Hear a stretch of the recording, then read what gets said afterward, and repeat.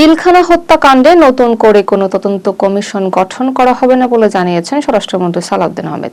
বুধবার বনানীর সামরিক কবরস্থানে শ্রদ্ধা নিবেদন শেষে তিনি বলেন, এর আগে একটি স্বাধীন জাতীয় তদন্ত কমিশন গঠিত হয়েছিল। সেই কমিশনের প্রতিবেদনে প্রায় ৭০টি সুপারিশ রয়েছে।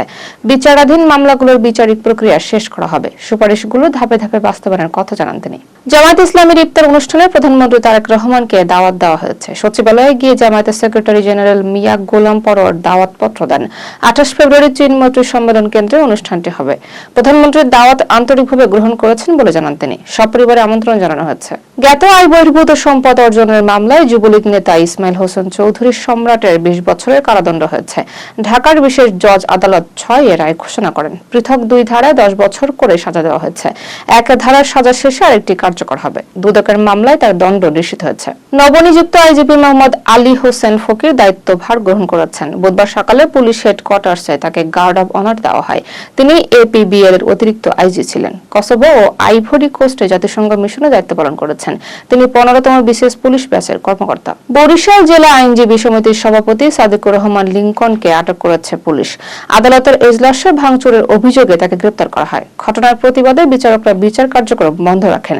আইনজীবীরা আদালত চত্বরে বিক্ষোভ মিছিল করে। আদালত এলাকায় অতিরিক্ত নিরাপত্তা জোরদার করা হয়েছে। ঢাকা মেট্রোপলিটন পুলিশের কমিশনার শেখ মোহাম্মদ সাজ্জাদ আলী পদত্যাগ করেছেন। বুধবার তিনি স্বরাষ্ট্র মন্ত্রণালয়ে পদত্যাগপত্র জমা দেন। ২০২৪ সালের নভেম্বরে তাকে ডিএমপি কমিশনার করা হয়েছিল। চাকরির মেয়াদ শেষে চুক্তিভিত্তিতে দায়িত্বে ছিলেন। বিষয়টি নিয়ে আলোচনা চলছে। জাতীয় শহীদ সেনা দিবসে রাষ্ট্রপতি মোহাম্মদ শাহাবুদ্দিনের গাড়ি বহর সিগন্যালে আটকে যায়। কারণ বাজারে যানজটে পড়েন তিনি। বিশেষ কোনো প্রোটোকল ছাড়াই গাড়ি বহর চলাচল করে। এর আগে প্রধানমন্ত্রী তারেক রহমানের গাড়ি বহরও যানজটে আটকে ছিল। ভিআইপি চলাচলের নতুন দৃষ্টান্ত হিসেবে দেখা হচ্ছে ঘটনাটি। চট্টগ্রামের মিরসরাইয়ে গামছা দিয়ে পা বাঁধা অবস্থায় এক কৃষকের লাশ উদ্ধার করেছে পুলিশ। নিহত চৌধুরী মিয়ার শরীরে ধারালো অস্ত্রের আঘাত রয়েছে। রাতের কোনো এক সময় তাকে হত্যা করা হয়েছে বলে ধারণা পুলিশের। নিহতের পরিবার ২ প্রতিবেশীকে সন্দেহ করছে। এই ঘটনায় মামলা প্রস্তুতির কথা জানিয়েছে পরিবার। দিনাজপুরের ফুলবাড়িতে ট্রাকের চাপায় প্রাণ কোম্পানির এক নারী কর্মী সহ ২ জন নিহত হয়েছেন। ভ্যানের সঙ্গে ট্রাকের মুখোমুখি সংঘর্ষে দুর্ঘটনাটি ঘটে। নিহতরা হলেন ভ্যান চালক আইনুল হক ও রুনা খাতুন। আহত আরো ২ জন হাসপাতালে চিকিৎসাধীন। ট্রাকটি আটক করেছে পুলিশ।